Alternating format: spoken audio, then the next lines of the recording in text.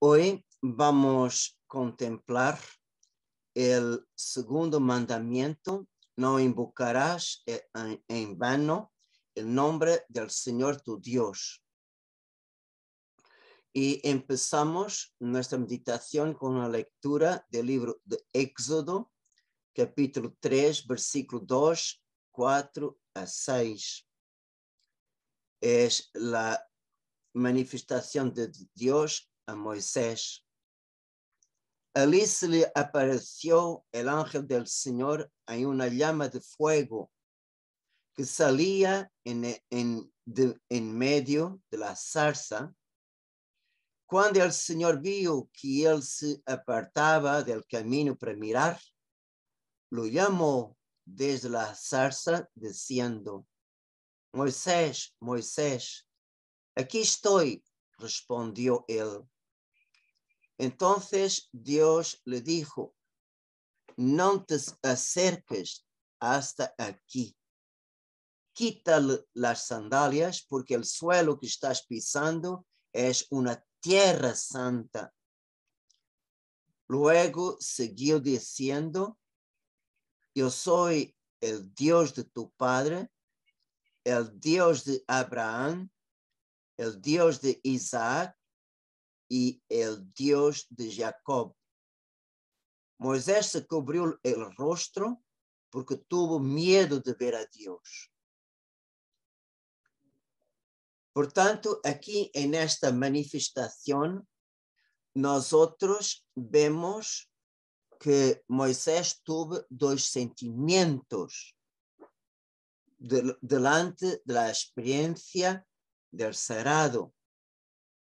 El primer sentimiento es el santo temor de Dios, que es uno de los 7 dones del Espíritu Santo, y después sentir como el sagrado es grande, es inmenso, y nosotros delante de Dios, de este mundo sobrenatural, de este mundo divino, somos tan pequeños.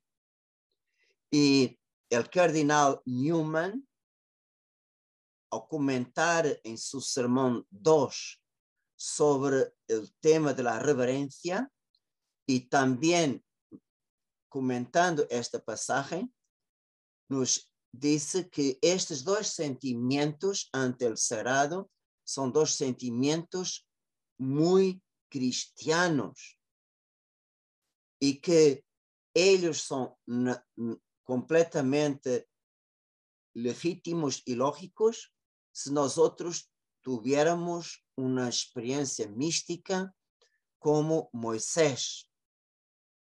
Y si verdaderamente nosotros tenemos esta conciencia que Dios está con nosotros,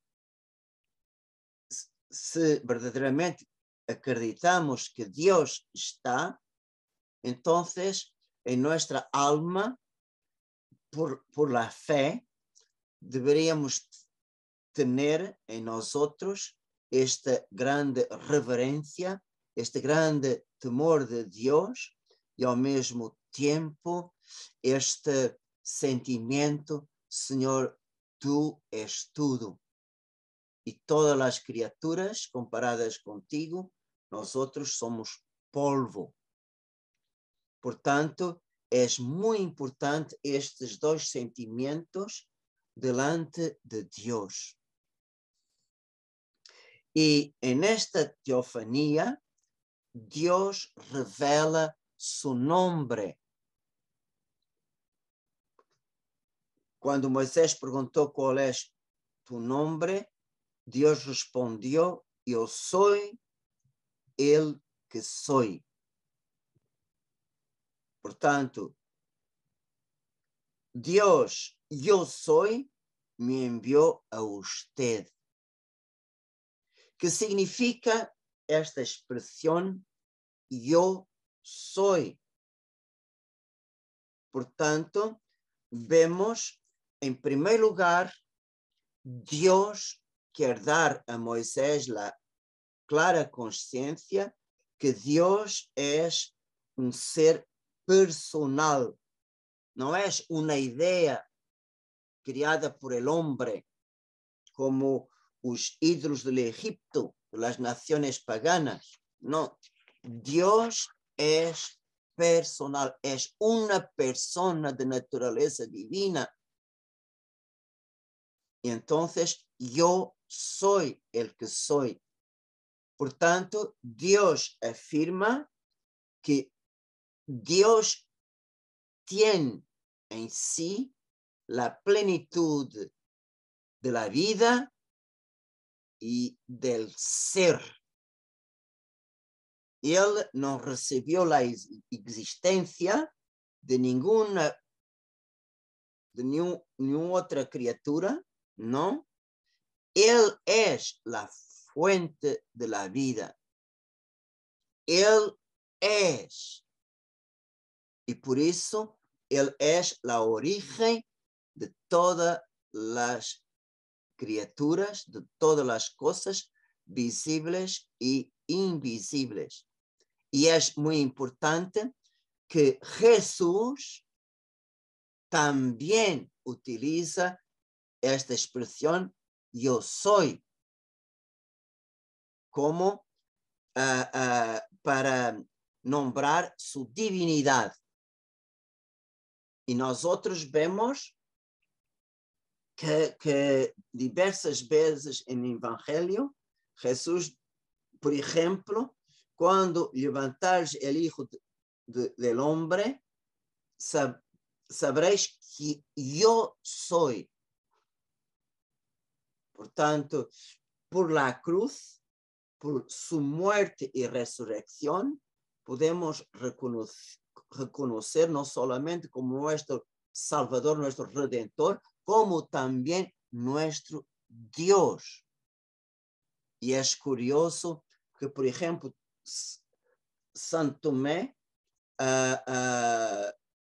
luego en Domingo de Pascua, en 8 días después de la Pascua, su profesión, mi Señor y mi Dios. Por tanto, este apóstol verdaderamente él experimentó en su alma la fuerza de la divinidad de nuestro Señor Jesucristo. Por tanto, Dios, al revelar su nombre, Él desea entrar en relación, en intimidad con su pueblo, con sus hijos. Por tanto, revelar su nombre es un acto de confianza y de intimidad. Y por tanto, el nombre de Dios es santo. Y por eso el nombre de Dios debe ser guardado en la memoria con respeto y adoración. Y es por eso que los judíos nunca nombraban el nombre de Dios, pero siempre llamaban Dios por un atributo. Por ejemplo, o más común es el Señor o el Altísimo o el Señor de los Señores, también Señor Dios del universo, o entonces como Dios dijo a Moisés, Dios de nuestros padres, el Dios de Abraham, el Dios de Isaac y el Dios de Jacob. Entonces, luego que Dios nos manda a dar a Dios el primer lugar, el segundo mandamiento es como una consecuencia directa del primer mandamiento. Dios nos manda, no invocarás el nombre del Señor tu Dios en vano. Por tanto, si nosotros amamos el Señor y hacemos todo para dar a Dios el primer lugar, entonces todo que se relaciona con Él é para nós outros uma grande estima, um grande respeito, uma grande veneração. Então, tudo que está relacionado com Deus é sagrado, como, por exemplo, suas palavras, seus conselhos, suas gracias, como também seu nome, ou mesmo as representações que nós outros temos do Senhor. Como, por ejemplo, un cuadro, una estampita, una medalla, un objeto religioso que nos recuerda del sagrado. Y el Catecismo de la Iglesia Católica nos manda exactamente isto, honrar, respetar el nombre de Dios, en el número 2145 y 2146. Y el catecismo dice, el segundo mandamiento prohíbe abusar del nombre de Dios, isto é, todo uso inconveniente del nombre de Dios, de Jesús o de Nuestra Señora y de todos los santos. E como nós outros podemos pecar contra o segundo mandamento? Por três maneiras. Por exemplo, promessas que são hechas em nome de Deus. Compreende? E que comprometem o honor e la fidelidad, la verdad y la autoridad de Dios. Y claro que si hicimos una promesa, por Dios yo voy a hacer, y no hacemos, de una cierta manera, llamar a Dios mentiroso. Otra manera es la blasfemia. Preferir contra el nombre de Dios palabras, por ejemplo, de odio, de reproche, o injuriar el nombre de Dios, faltar al respeto,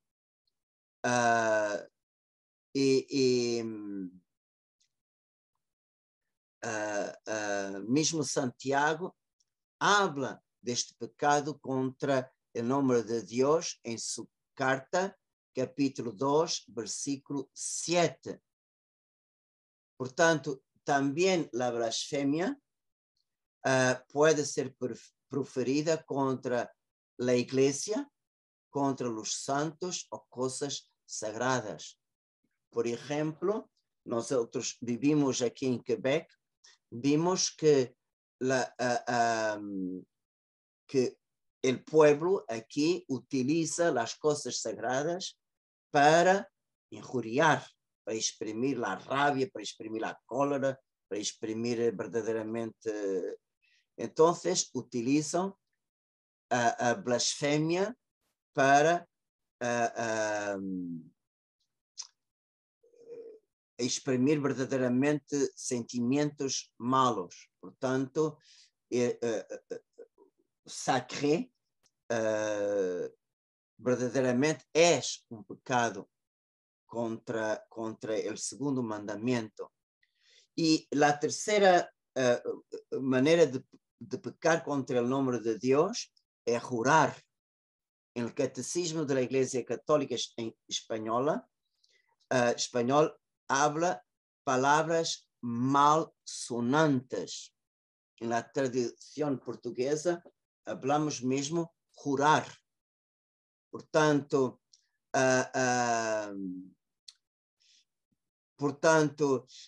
o juramento é tomar Deus como testemunho, como testigo de lo que se afirma. Portanto, invocamos a verdade de Deus como garantia da própria verdade de la cosa que afirmamos. Portanto, jurar, mesmo que nosotros no tenemos la intención, pero siempre es un acto que tiene una gran gravedad. Entonces, vemos, por ejemplo, jurar se torna pecado cuando, porque la palabra jurar, yo juro, significa mismo invocar a Dios como testigo do que estou afirmando.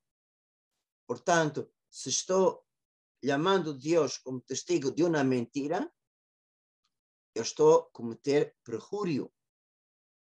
E também, se estou jurando, verdade, pero por coisas sem importância, coisas ordinárias del dia a dia, entonces também é um pecado porque estamos a invocar a verdade de Deus, a autoridade divina, Deus como testigo de uma coisa sem importância. Portanto, aí, nestes dois casos, o juramento se torna pecado. Se és por la mentira ou se és por uma verdade, pero uma verdade sem importância. E em la Sagrada Escritura, tanto en el Antiguo Testamento como el Nuevo, se trata de estes temas. Por tanto, en la mayoría de las religiones, el hombre llama a Dios para garantir de una manera solemne el valor de su palabra. Y en el pueblo judío, nosotros tenemos varios ejemplos de juramentos. Por ejemplo, para sellar alianzas. Por ejemplo, el pacto entre Abraham y su siervo Abimelech. Génesis capítulo 21. Cuando Abimelech hizo jurar a Abraham de respetar a él y todos su familia y sus descendientes. Y Abraham juró: júrame por Dios aquí mismo que nunca te vas a comportar falsamente conmigo y con mi estirpe o mi posteridad. Y Abraham juró. También lo mismo, la misma alianza entre Jacob y su suegro Labán. También sellaron esta alianza con juramento en nombre de Dios. También para garantir una promesa con un valor irrevocable. Por ejemplo, cuando Abraham hizo jurar a su siervo que no buscaría una mujer entre los cananeos para su hijo, y su siervo juró. Y como verdaderamente él cumplió esta promesa hecha. También en el Antiguo Testamento, para garantir la verdad en la palabra. Tenemos otro ejemplo muy lindo en el primer libro de Samuel, capítulo 20, cuando David fue a hablar con Jonatas, el hijo de Saúl, sobre las malas intenciones que su padre tenía contra él.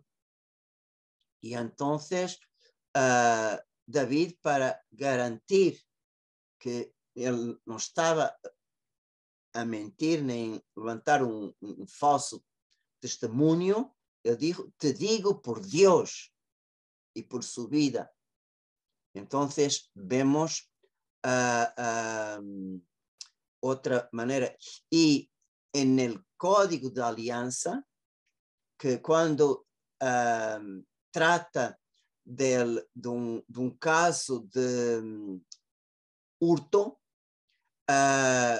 prescrevia quando uma pessoa confia a outra pessoa bem material, seja animal ou dinheiro ou coisa, e em caso daquela pessoa houve hurto, a pessoa verdadeiramente, por meio do juramento, tem que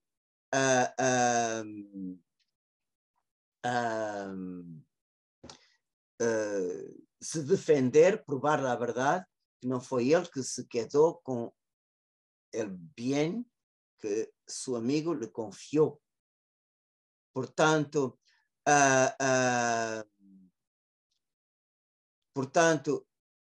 aquele que rouba, o ladrão que é descoberto, tem que pagar o doble.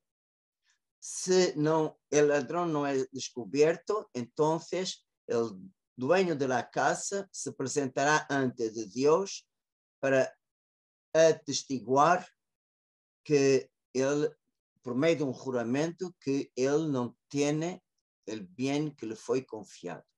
Portanto, o juramento termina para poner el fin a la questão. Portanto, é juramento hecho en la casa de Dios. Portanto, el grande pecado que se puede cometer por los juramentos es el perjuro, que quer decir jurar falso.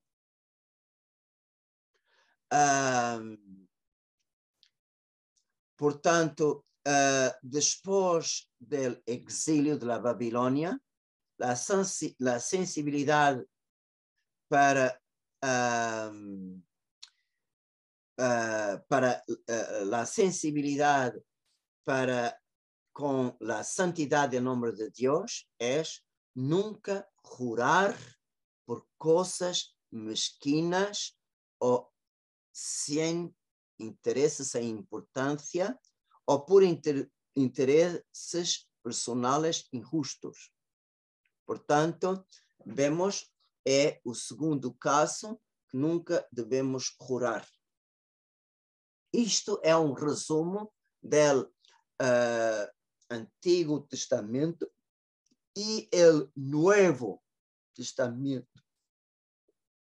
Jesucristo, sobre o juramento, ele tem duas ideias, dois aspectos. Em primeiro lugar, Jesús lo usa para garantizar a verdade de sua doutrina. Jesús não usa a palavra eu juro, não. Usa a palavra em verdade os digo.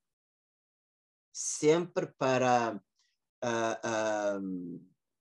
tornar muito claro que aquela palavra que ensina é verdadeira. Em verdade os digo. Pero Jesús, em uma sola ocasião de sua vida pública, acepta e usa o juramento. Foi quando estuve ante o Sanedrín, ante o sumo sacerdote, que lhe dijo: te conjuro por el Dios vivo que me digas si tú eres el Mesías, el Hijo de Dios. Sabemos que Jesús ahí aceptó el juramento y proclamó la verdad. Por tanto, bajo el juramento, el Señor proclama su misión ante la autoridad legítima de Israel. Por tanto, implícitamente, Jesús reconoce el valor del juramento.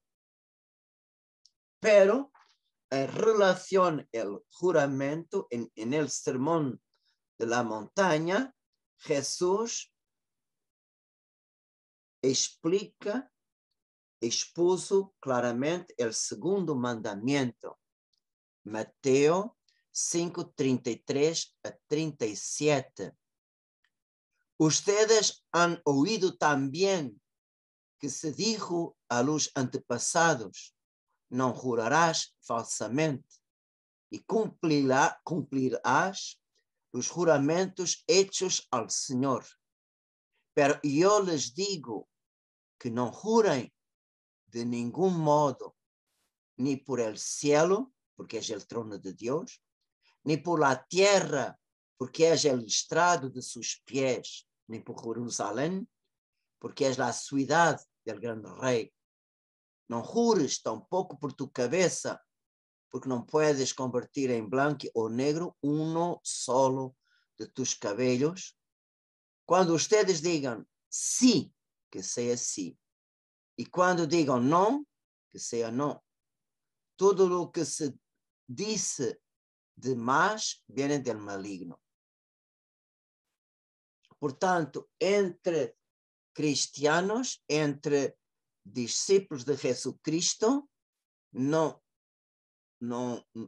debemos recurrir a juramentos, porque la sinceridad fraterna, por tanto, debe ser suficiente para nos dar la garantía que estamos a hablar en verdad. Por tanto, no es necesario invocar el santo nombre de Dios para dar a la otra persona la garantía que estoy hablando la verdad, porque la caridad, la sinceridad fraterna me obliga a decir la verdad. Y San Pablo condena el perjurio, no utiliza nunca las fórmulas desaprobadas por Jesús, ni las que estaban en uso en el judaísmo de su época. Contudo, él, para afirmar cosas esenciales de su ministerio, él utiliza a Dios como garantía. Por ejemplo, en la segunda carta a los Corintios, pongo a Dios por testigo y lo juro por mi propia vida, que si no volví a Corinto fue por consideración hacia ustedes. Y también para mostrar su desinterés por el anuncio del Evangelio. Nunca usamos la adulación, como sabéis, ni nos dejamos llevar por ningún interés.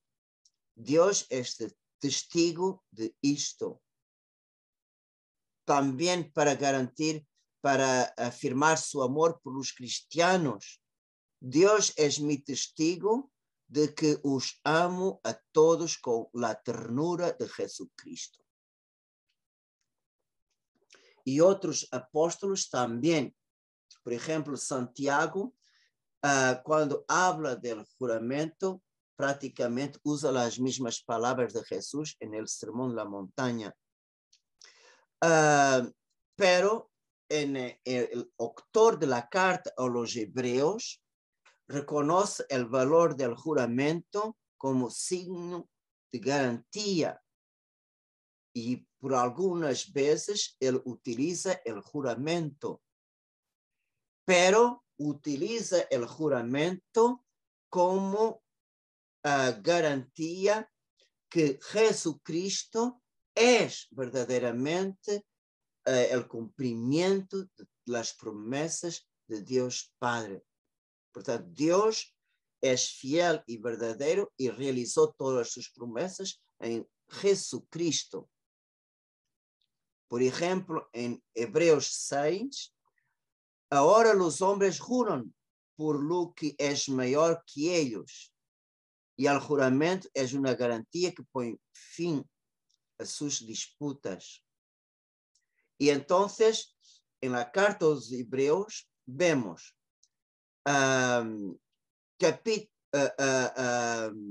o juramento que Dios hizo a David, que de su descendencia viría el Salvador.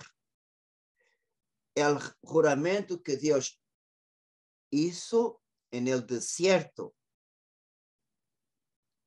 el juramento que Dios hizo a Abraham, y el juramento que Dios hizo de constituir su hijo sumo sacerdote de un sacerdote eterno. Entonces, en la carta a los Hebreos vemos que todos los juramentos que son citados tienen todos ellos una importancia mesiánica, quer decir, para darnos la garantía que todo que Jesucristo hizo es un cumplimiento de las promesas que Dios nos ha dado a lo largo del Antiguo Testamento. Por tanto, segundo San Pablo, agora vou citar o Novo Catecismo da Igreja Católica, número 2154 e 55, portanto, sendo resumo da doutrina de los apóstoles, siguiendo a San Pablo, la tradición de la Iglesia a comprender las palabras de Jesús en el sentido de que no se oponen al juramento cuando este se hace por una causa grave y justa.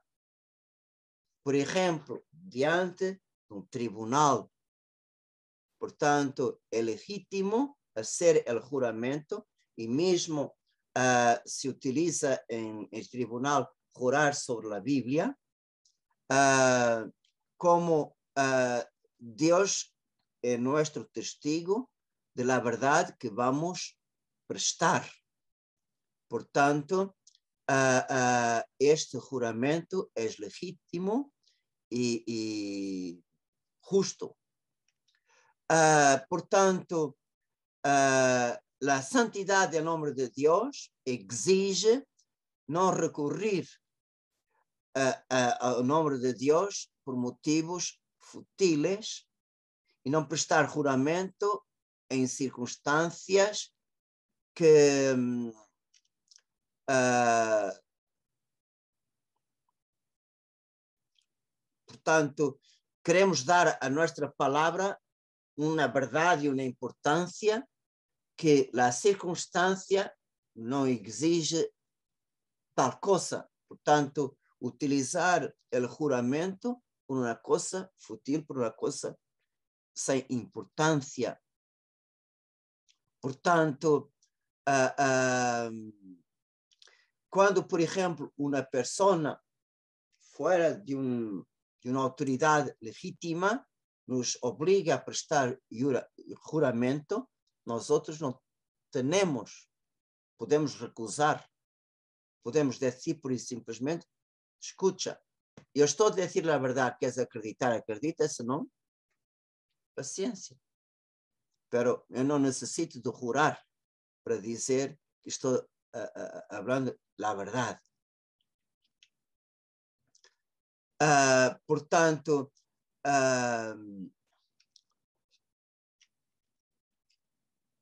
siempre que é exigido o juramento por coisas que podemos ver que não são legítimas, que não são de uma real gravidade, nós outros podemos sempre recusar o juramento. Portanto, com base na Escritura e de uma maneira muito clara no Novo Testamento, portanto, o juramento nós outros devemos ter esta resumo, esta síntese que entre nós outros a sinceridade em la palabra é suficiente. También, otro punto, siempre tener la reverencia, el respeto ante Dios y su nombre. Debemos sempre honrá-lo. E em casos de legítima necessidade, como em um tribunal, em defesa da justiça, claro, é legítimo jurar. Não é pecado, é legítimo. E estamos delante da legítima autoridade. Portanto, vemos quem honra o nome de Deus en este mundo, Dios va a recompensarlo en la eternidad. Por ejemplo, en una de las cartas a las 7 iglesias está dicho: al que venciere, le daré a comer el maná escondido y también le daré una piedra blanca en la que está escrito un nombre nuevo que nadie conoce fuera de aquel que lo recibe. Por eso, quien en la tierra honra el nombre de Dios es digno en el cielo recibir su nombre nuevo. Quiere decir, el nombre que vamos a tener por toda la eternidad, que nos es regalado por Dios. Y Juan también en otro punto habla: después vi al Cordero que estaba de pie sobre el monte Sión, acompañado de 144,000 elegidos que tenían escrito en la frente el nombre del Cordero y de su Padre. Entonces, vemos los elegidos son marcados por la santidad del nombre de Dios y del Cordero. Por tanto, cumprindo este segundo mandamiento, nos tornamos dignos de recibir esta recompensa eterna que nos está reservada, que Dios tem para nosotros. Receber nuestro nombre nuevo y estar marcado para toda la eternidad con el nombre de Dios y de Jesucristo del Cordero. Amén.